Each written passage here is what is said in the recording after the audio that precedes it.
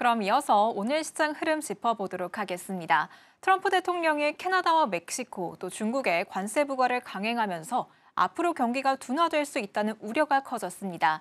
하지만 오늘 국내 증시 내에서는 MVP 종목인 넥스트를 포함한 전문가님의 종목들 모두 다 흐름이 좋았는데요. 전문가님께 오늘 시장 어떻게 보셨는지 한번 여쭤보도록 하겠습니다. 전문가님. 네. 오늘 한화그룹주뿐만이 아니고 넥스틸까지 너무나 좋은 성과 보이면서 기분 좋게 보셨을 것 같은데 오늘 장 어떻게 보셨을까요? 네, 오늘 장 결론적으로 말씀드리자면 일단 지수는 빠졌습니다. 지수는 빠졌지만 전 미국 시장에 비해서 빠진 거에 비해서는 나름 잘 올려왔다. 올라올 자리에서 올랐다고 저는 보입니다. 어떻게 보면 졌지만 잘 싸웠다 이렇게 표현을 할 수가 있겠는데 자 뭐냐 코스피가 얼마나 빠졌는데 뭐 올라올 자리에서 올랐냐 이렇게 말씀하시는 분들이 있을 겁니다. 그런데 제가 코스피를 이렇게 추세 이렇게 지지선을 이렇게 제가 그어봤는데 딱 보시면 자 맞고 올라오고 자 이번에도 똑같이 올라올 자리에서 올라오면서 양봉을 잘 만들어줬습니다. 조금 과격하게 최근 조정이 이루어지긴 했지만 관세 핑계를 대면서 다시 반등할 수 있는 충분할 수 있는 지지할 자리에서 충분히 지지를 해주었다. 이렇게 볼 수가 있겠습니다. 오늘 조금 어렵다고 생각하시는 분들은 아마 포트의 방산이나 조선 같은 이런 주도주 제가 계속 강조를 드렸던 그런 주도 섹터를 없어서 좀 어렵다 하시는 분도 계실 텐데 제가 그런 주도주를 공략하는 방법은 제가 좀 이따가 뉴스를 통해서 한번 알려드리도록 하겠습니다. 자, 코스피 문제없다. 올라올 자리에서 반등이 시작됐다. 양봉으로 마감해였다. 이렇게 결론을 지을 수가 있겠습니다. 걱정하지 않으셔도 되겠다. 자, 그리고 바로 코스닥 있죠. 자, 코스닥도 마찬가지입니다. 어떻게 코스닥이든 코스피도 같은 시장이죠? 같은 시장입니다. 물론 코스피가 조금 더 강하긴 했습니다. 왜냐?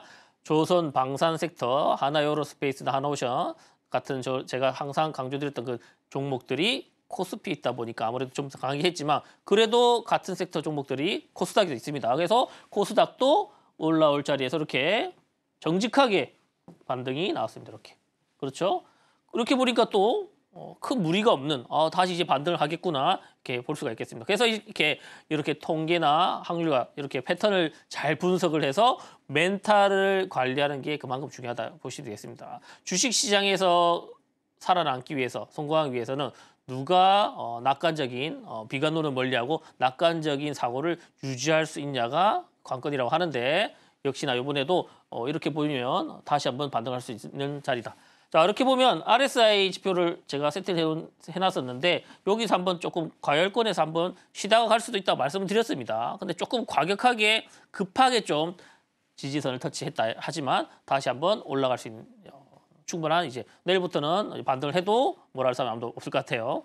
충분히 반등할 자리다. 자 그러면 우리는 지수는 어차피 우리는 예측을 못합니다. 지수는 예측하지 못한다. 저는 근데 이 말씀 드렸죠. 지수가 상관없이 반등하는 종목, 급등하는 종목, 상한가 종목은 나온다. 그거는 다들 경험하셨을 겁니다. 제가 넥스트릴 오늘 상한가 간 종목을 잡아드린 것처럼 그런 종목을 어떻게 잡냐. 저는 이제 그 방법을 알려드리기 위해서 지금 나왔다 말씀드리는데 그 잡는 방법을 한번 알려드리도록 하겠습니다. 자 우선 이 이슈를 통해서 알려드릴 텐데 제가 아침에 브리핑을 해드렸던 이슈와 비슷하게 들고 왔습니다. 자 주식시장은 문제은행이라고 말씀드렸습니다. 똑같은 패턴이 어떻게 보면 거의 반복된다. 그래서 당일날 뉴스가 나왔을 때 그 뉴스에서 가장 임팩트가 있고 어떤 의미 있는 뉴스가 나왔을 때 그 뉴스와 관련해서 종목들을 찝어낼 수 있어야 돼. 뽑아낼 수가 있어야 됩니다. 자 이런 뉴스가 나왔다. 동유럽 군비 증강 91조 시장이 열린다. 이 뉴스를 봤을 때는 바로 방산 섹터를 떠올리셔야 됩니다. 아침에 언제 장전에 떠올리셔야 됩니다. 지금 전쟁이 끝나고 휴전이 하고 우크라이나 관련 종목, 우크라이나 재건 관련 종목에 집중하고 있을 때 저는 그래도 방산에 더 집중해야 된다 말씀을 드렸습니다. 왜냐 지금 이제 우크라이나 러시아 전쟁이 정전으로 끝난다, 종전을 한다 하더라도 지금 앞으로 이제 더 긴장감이 돌게 됐습니다. 왜냐 러시아가 우크라이나 침공하고 어떻게 보면 도와줄 사람이 아무도 없었다. 거의 없었다. 그래서 우리가 자체적으로 이제 방위비를 내서 지켜야 돼. 유럽을 지켜야 된다. 자, 유럽 국가들이 지금 트렌드가 그렇습니다. 그래서 동유럽만 91조, 유럽 전체는 4년간 1,200조까지 지금 소요가 될 가능성이 있다 봅니다. 자, 방위비를 증가한다? 바로 무기를 사야겠죠. 생각보다 유럽에는 자본금 부족한 나라가 많습니다. 부유하지 않은 나라가 많죠. 그래서 가장 빠르게 가장 가성비 좋은 무기를 사야 되는데 뭐 돈 많고 시간 많으면 뭐 미국에 사겠지만 쉽지 않죠. 그래서 가장 가성비 좋고 빨리 배달해주는 그런 무기가 어디야? 바로 대한민국. 거의 유일합니다. 거의 유일하기 때문에 중국 제품을 살 수도 없잖아요. 그래서 결국은 이 상태, 우크라이나, 러시아의 끝나고 나서 방위비 증가, 유럽의 방위비 증가의 상황에서 가장 수혜를 보는 나라는 결국 K방산이라 보시면 되겠습니다. 그래서 이 뉴스를 제가 장전에 브리핑 해드렸죠? 장전에 브리핑을 해드리고 라이브 방송에서 바로 관련 종목들이 섹터, 오늘 탑픽 섹터로 치고 나가면서 막 상한가 종목도 나오고 그랬습니다. 자, 이렇게 이런 식으로 이 뉴스를 봤을 때는 바로 해석을 하고 바로 준비를 하실 수 있어야 됩니다. 자, 처음엔 잘 안 되실 수 있습니다. 하지만 제가 아침마다 라이브 방송을 통해서 해드리고 있는 거니까 누구나 할 수 있고 조금만 연습하다 보면 하실 수가 있습니다. 이렇게 뉴스와 오늘 섹터 대장주를 커플링 해가지고 공략할 수 있는 그런 연습을 계속 하셨으면 좋겠습니다. 자, 첫 번째 이슈를 말씀드렸고 두 번째가 이제 조선이었죠. 자, K조선의 손 내민 우리 배부터 만들어달라. 자, 미국이 웬만하면 이게 부탁을 하는 나라가 아닙니다. 부탁한 나라가 아닌데 지금 사실상 중국 해군의 역전이 됐다. 아직 퀄리티 입장 측면에서는 미국이 좀 앞서고 있지만 그 양적인 측면에서는 거의 지금 역전이 됐다. 이런 말이 나오고 있습니다. 왜냐 지금 조선소들이 과거 200개가 있던 조선소가 이제 20개 이하로 줄었기 때문에 미국에서는 지금 가지고 있는 해군 병력만 해도 지금 유지 정비 보수를 하기 쉽지 않은 상황입니다. 그래서 꼭 믿을 수 있는 동맹국이 필요한데 그 동맹국이 바로 우리나라밖에 없다. 이렇게 결론이 됐습니다. 일본도 있겠지만 캐파가 좀 부족한 편입니다. 그래서 결국 우리나라인데 그래서 직접적으로 이렇게 우리한테 협상을 했습니다. 그래서 우리는 이제 LNG부터 해서 K조선 이런 인프라까지 해서 어떻게 보면 관세 협상에서 조금 유리할 수 있는 그래도 완화된 관세 협상을 할 수 있지 않나 이렇게 보입니다. 그래서 오늘도 조선 관련 섹터도 관련 많이 올랐습니다. 하나오션이나 이런 관련 종목들 올랐는데 이렇게 뉴스를 봤을 때도 방산을 첫 번째로 보고 두 번째 조선 섹터들도 공략을 해야 되겠구나. 이렇게 바로 머릿속에 떠올르셔야 됩니다. 물론 처음에 안 되시겠지만 제가 이런 식으로 계속 아침에 장전에 제가 체크를 해드리고 있고 이런 식으로 충분히 매일매일 지수 상관없이 상승하는 종목을 공략을 할 수가 있다는 겁니다. 아시겠죠?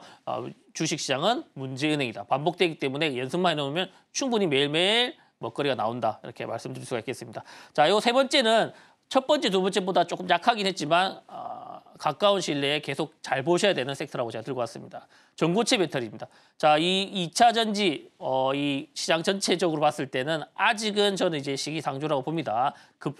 본격적인 반등이 나오기 전에는 솔직히 말씀드리면 하지만 전고체 배터리 쪽은 잘 보셔야 된다.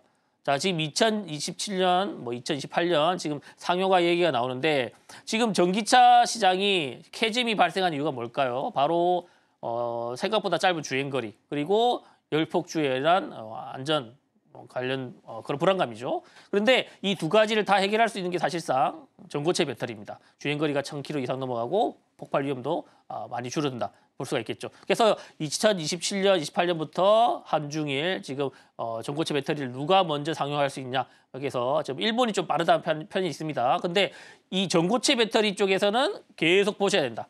전체적인 2차 전지 다 보실 필요 없고 전고체 배터리 쪽에서는 이수 스페셜티 케미컬, 한농화석 이런 종목들 쭉 있죠. 제가 저번 주에도 이런 관련 종목 아침 장전에 집어서리고 MOT라는 종목 상한가 잡아드렸는데 이런 식으로 전고체 배터리는 방산, 조선 다음으로 이렇게 같이 보시면 되겠다 이렇게 말씀드릴 수가 있습니다. 자, 이런 식으로 섹터를 딱 정리를 해서 우선순위를 해서 아침마다 매일 정리를 해서 제가 우선순위로 이렇게 대응할 수 있는 방법을 알려드리고 있습니다. 자, 아침 라이브 방송에 다 이렇게 정리를 해드리고 있으니까 나도 내일 아침 방송 바로 보면서 이런 종목들 장전의 상한가 종목도 미리 예측하고 싶다 하시는 분들 방송 끝나게 참여하시고 이런 섹터 모두 하나 놓치지 마시고 내일부터 수익 랠리 함께 만들어 보시길 바라겠습니다.